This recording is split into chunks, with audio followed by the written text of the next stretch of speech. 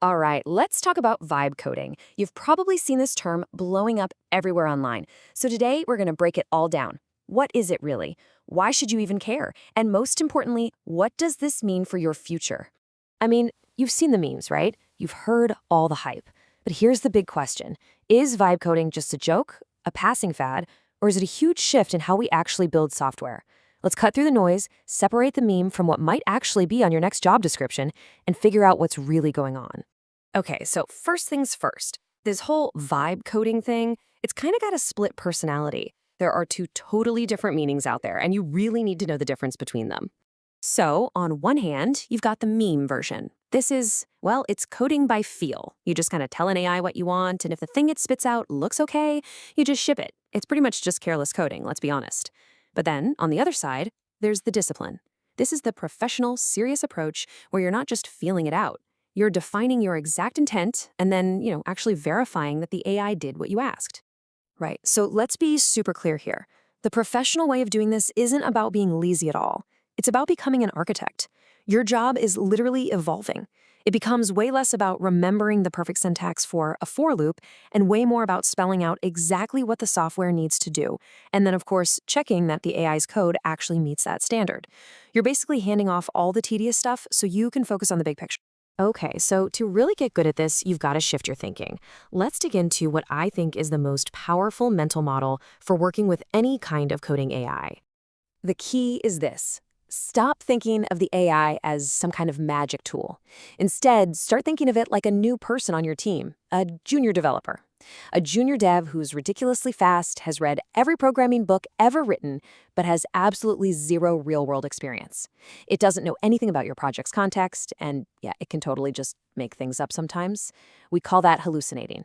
Think about it. You'd never let a brand new junior push code straight to production without a review, would you? Of course not. And this is what I find so interesting. Look at how this reframes your job. The AI brings the raw horsepower, incredible speed, and a massive knowledge base. But you bring the wisdom. You bring the deep context about what you're actually trying to build. And you're the one who makes sure the logic is sound and reliable. It's a partnership, right? You provide the wisdom, and the AI provides the raw intelligence. So when this whole vibe coding thing goes wrong, and it will, it almost always comes down to one thing. You didn't give it enough context. Your new AI junior deb only knows what you tell it. So a really effective way to structure your prompts is to think in these 4 layers. First, the substrate. What's your tech stack? Second, governance. What are your rules, your coding standards? Third, the objective. What's the specific thing you're trying to do? And last, and this one is super important, constraints. What should the AI absolutely not do? So what does this look like in practice? What tools actually make this work? Turns out you can't just use any old tech. A pretty specific ecosystem has started to form around this idea. And here it is, what people are calling the vibe stack. Now, these tools weren't picked at random. They're all considered super AI friendly. Why? Well, because they have a really clear, established patterns, strong conventions, and this is key, they were all over the AI's training data. All that means it's just way, way easier for the AI to generate good, correct code with them. And this quote just nails it. It really shows why something like TypeScript is pretty much non-negotiable here.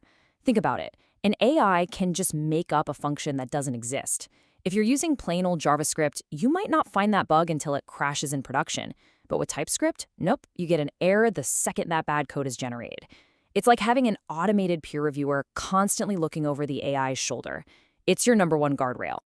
All right, let's talk workflow, because this isn't just about firing off a prompt and crossing your fingers. There's a real structured process here that's designed to keep things from turning into a total mess. The biggest mistake I see people make is going straight from an idea to asking for code. The pro workflow is way more like measure twice, cut once. It's a 3-step dance. First, you chat with the AI. You brainstorm, you figure out the high-level approach. Then you get it to generate a detailed step-by-step plan. And only after you have that plan do you start to compose the code, executing one small piece at a time. Chat, plan, compose. And this is a perfect example of why that process is so critical. Look at the code on the left. That's what you get from a lazy meme-style prompt. Yeah, it might look okay on the screen for a second, but under the hood, it's a mess. It's slow, it's terrible for SEO, and it's probably insecure. Now look at the right. This is what you get from a proper, planned approach. It's server-side, it's type-safe, it handles errors, it's just professional-grade code. Same end goal, but a night and day difference in quality. Okay, let's talk about speed. Because the speed you get with this stuff is just incredible. You can build things faster than ever before. But, and this is a big but, that speed comes with some serious risks. If you're not careful, you can create a huge mess really, really fast. I mean, think about it. You can now create technical debt at a speed and scale that used to take a whole team weeks to accomplish. And it's so easy to fall into these traps. You've got the yellow commit, just accepting whatever the AI gives you without even looking. Or the one-shot monolith, where you try to build an entire application with a single giant prompt.